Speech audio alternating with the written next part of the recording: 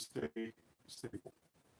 So I deleted the last video. Welcome to Counseling Chief Joseph Riverwind. Dr. Laurelyn Riverwood.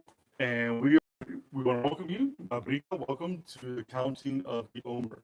As we're counting the days with anticipation to Pentecost. Today is day 27. 27 of the Omer. 27, counting the Omer.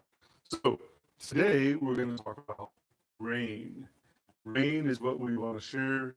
Some really interesting things from the Word. There's so many.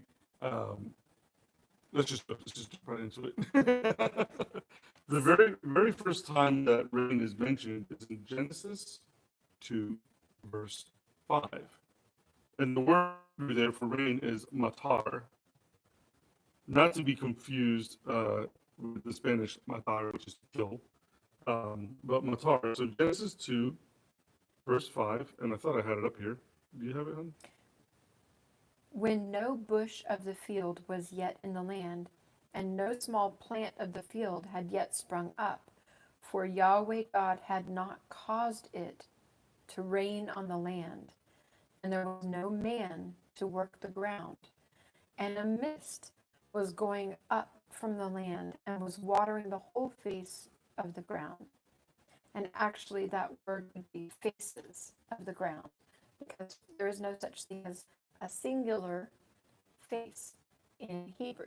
It's always plural. For example, you add I am at the end of a Hebrew word to make it plural. Well, the word for the face of God, right, would be hapanim, right? Hapanim. You hear that im sound, so it's a Panim, plural. faces. Faces. Ha is the. Mhm. So when we just look at the word alone, it's panim. And it's made plural for a reason, because we have many different expressions on our face. Mhm. And so our countenance or our face changes. So while we just have one technical face, there are many faces to us. We're faceted individuals. And we've all had to deal with people who are two-faced, right? So, but we all have many faces. If you're sad, angry, hurt, happy, joyful, right? We have many faces, and the Creator has many faces. So that the very first mention of rain is right there in Genesis 2:5. There's another word for, and actually this type of rain specifically means it's the rain that's right before a downpour. It's the beginning. It's just that it's that first start that comes from the Shamayim. The other word that we find for rain, which comes after this, is Geshem, and which comes from the word Gasham, which means to shower violently, like a violent torrential downpour. We find this word Gasham only one time in the entire Tanakh, and that's in Jeremiah 14:22. And it says, That's a big storm if it's only mentioned one time. You would think it would have been in the flood in Genesis. So the only time that this is mentioned is it says, "Do any of the worthless idols of the nations bring rain? Can they? Do the skies themselves send down showers? No, it is you, Yahweh or Elohim. Therefore, our hope is in you, for you are the one who does all this." It's interesting that in this the connotation of, you know, these false idols, these false gods, they can't cause the rains, the violent rains, the torrential downpours. They can't command the rains the way that the Creator who made the rains can. Um, So it wasn't until the actually Noah's time. So generations and generations occurred before it actually rained in the way that we know it today. And that was a torrential rain where the heavens opened up above and below. So it said that the earth, the wells underneath opened up, and that water gushed forth from underneath the earth. And But the it what? also said the windows of heaven opened up and rain poured down, water poured down from the heavens. So it was like there was a huge, I picture like a terrarium. Have you ever had one of those terrariums where it's a closed system? It's not open to the air. And so the atmosphere acted like a terrarium to have only a certain amount of water. And when when the flood occurred and there was rain, what happened, it said it opened up the windows of heaven. So look at um, look at what happens when the space shuttle goes out. Now, whether you believe it's going all the way into outer space or whether you believe it's going into the atmosphere outside of what we can breathe, no matter where it is, I do believe that there are ships going out into what is beyond breathable air. And those windows, they have to come in and out through specific areas where there's less dense air.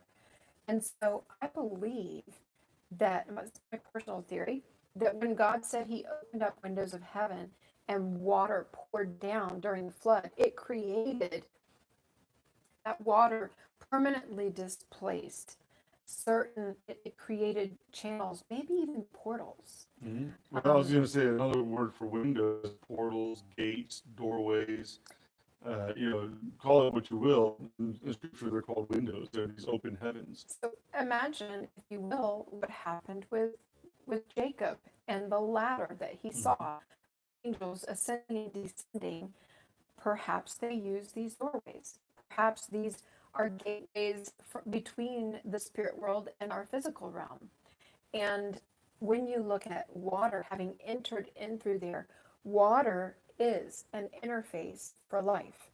Water is something, it connects spiritual with physical. And here's how: most of our body is made up of water. We have to have water to live.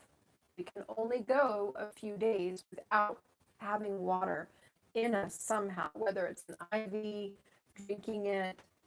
There are other ways, by the way. I know that I'm just going to send this herbal moment out there. It might not be very fun to hear, but one of the ways to hydrate somebody in an emergency, if they can't keep anything down because of their stomach, is an enema solution.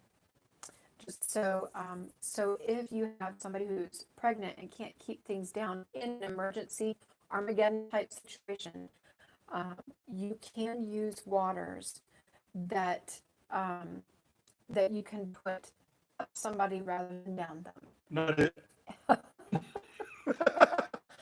Anyway, so we have to have water to live.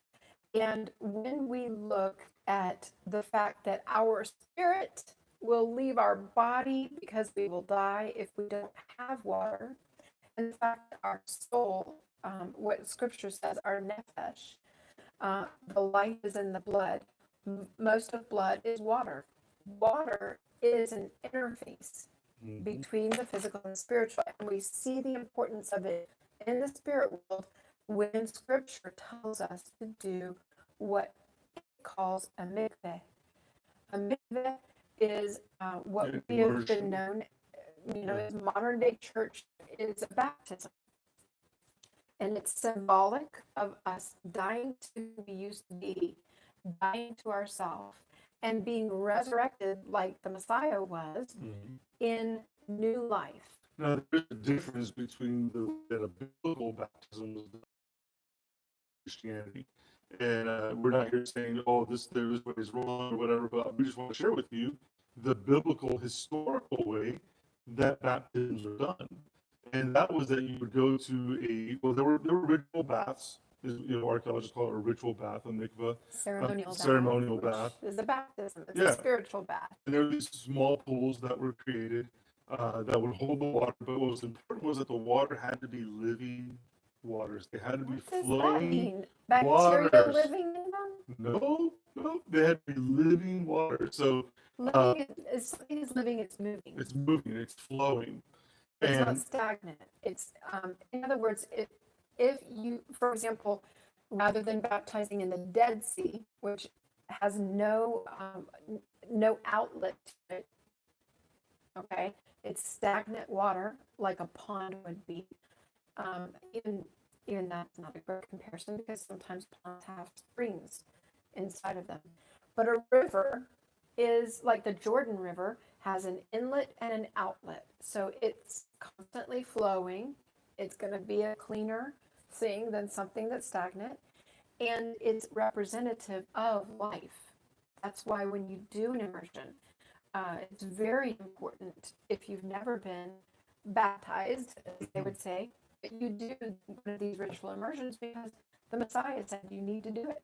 And it's incredible when you do the way he did it. Like whenever we go to Israel and we bring people to the Holy Land, we like going to certain places along the Jordan River where it's not commercialized and it's just pure, beautiful. And we do the mikvahs the traditional way, which is where you immerse. You literally, oh, this is a key thing in the biblical baptism. You go face first into the water. You don't go backwards, right? And if you see the biblical precedents set all throughout false gods like Dagon, right? What happened with the Ark of the Covenant when they opened the doors of the temple of the Philistines? It was face down. What happens when the angel of the Lord appears to somebody? Face down, right? Face down. So you go face down into the water with your hands spread, your eyes open, everything. It's an experience. You feel the water washing you away. You're washing all that stuff away, washing the connecting. It's also traditional to many tribes. And one of the things, and I'll touch on that, but I want to say about the face down part of that. I love that for a couple of reasons. Number one, when somebody loses consciousness, when they are genuinely losing consciousness, unless there's an outside factor in it, people do not fall backwards.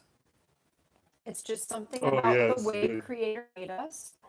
That when we, there are exceptions. If somebody's sitting on a window ledge, which we see in Scripture, they fell back from the window.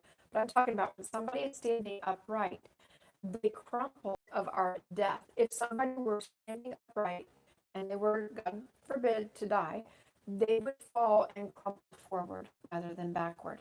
And it's something actually that we were taught in medicine as how to detect if somebody is feigning, if they're pretending that they faint or they're pretending that they lose consciousness. Typically, people will go backwards, but if it is genuine, they crumble forward. Now, why is that important in a mikveh, in a baptism? Is because when we go forward in baptism, we are bending at the knee and submitting. Literally getting on your face before the Father's not away. It is symbolic of our submission to the Father, our submission to His will for our life, our submission to His plan and not ours. It's not about being overwhelmed because the Lord is a gentleman. The Lord is not forceful in the way that He approaches us. And so us submitting to Him means that we are laying down our desires and we are submitting to His perfect will. So what Joseph referenced with my tribe, the Cherokee people have what we call a going to water ceremony. And it was done every morning. In fact, it was so ritual and such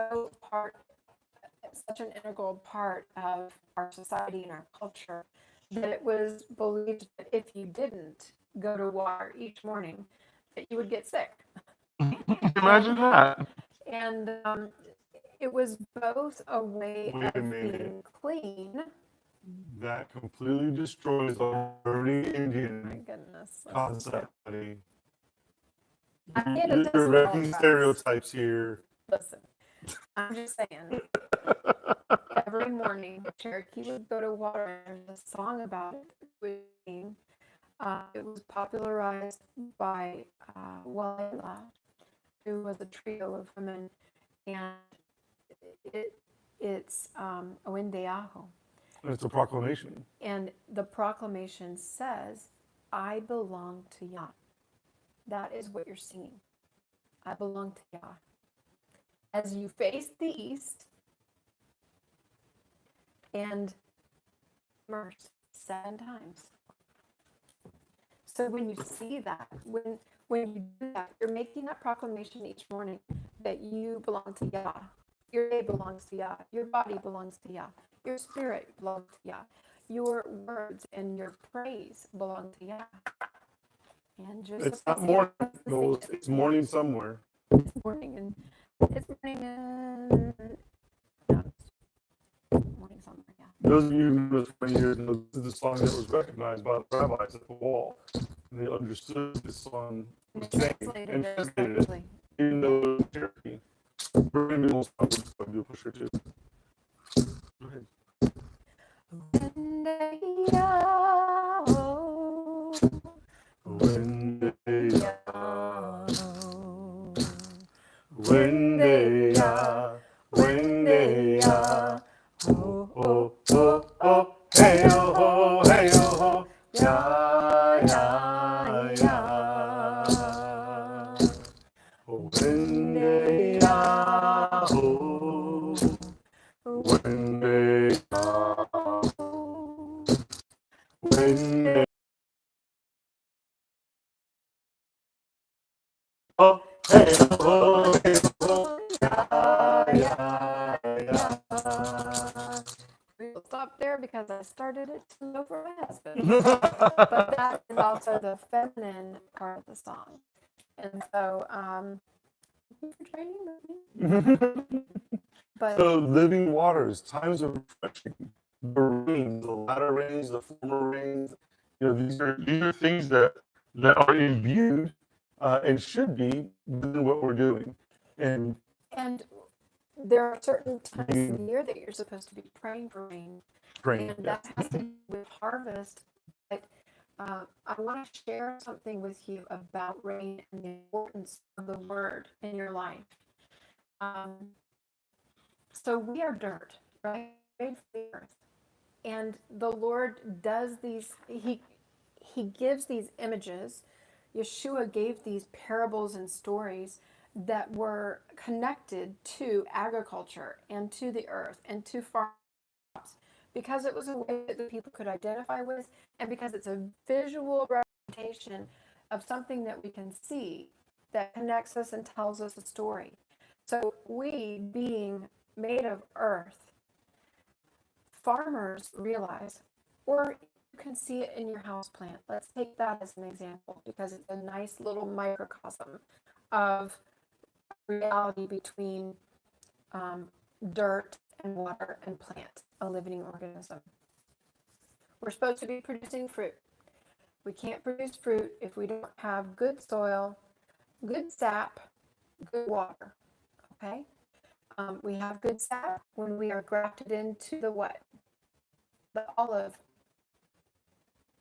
tree, into the branch, into the root of Jesse. We are grafted into the olive tree, not the Christmas tree. Romans 11 says we are grafted into Israel, and the next people be grafted back in. And so we should be supporting Israel, number one. And number two, we need to be getting that good sap that comes from the roots. That's all about the Lord. That sap is the roots get water. Why do the roots get water? Because it rains. If you have a house plant that you have not watered for too long, for example, you go out of town and you don't have anybody to water your poor plants, and then what happens? It starts to get really hard. It gets, dried out and it contracts, brick-like. So the next time you water it, what happens? It just runs outside where it's contracted and spills out water. And the soil is all compact and hard and it can't absorb. And so that can happen with our hearts. When we don't get the water of the word, it can begin to harden our hearts, to contract our hearts, to make issues with our spiritual life. And if we can produce fruit, we can't produce fruit during a time of drought. The fruit, the plant's just going to be concentrated on survival. Therefore, let me tell you another thing about water. As a doctor, I can tell you that when we don't drink enough water, our third mechanism. I never get thirsty. She says I'm part camel. No, you say you're part camel.